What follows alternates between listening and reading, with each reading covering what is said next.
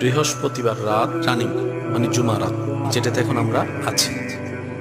সপ্তাহের মধ্যে সবচেয়ে দামি দিন শুক্রবারের দিন, যেটা আগামী কালকে হবে। শান্তিতে থাকতে যদি চাই, রবের নেয়ামত যদি নিতে চাই, ধৈর্য ধরা ছাড়া, সহ্য করা ছাড়া, শুকরিয়া আদায় করা ছাড়া আর কোনো উপায়।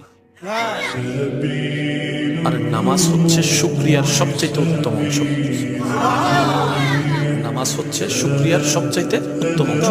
আপনি যদি একটু দেখেন, আল্লাহর প্রিয় বান্দাদেরকে, নবী রাসূলদেরকে যখনই কোনো বিশেষ নিয়ামত দিয়েছেন, কোন একটা ঘটনা ঘটেছে, ওনারা সিজদা দেওয়ার মাধ্যমে রবের দরবারে শুকরিয়া আদায় করেছেন। আপনি দেখবেন অনেক আল্লাহ ওয়ালাদের জীবনীতে দেখলে দেখবেন ওনারা নফল নামাজের মাধ্যমে আল্লাহর দরবারে শুকরিয়া করেছেন। নামাজের সাথে শুকরিয়ার একটা বড় সম্পর্ক আছে।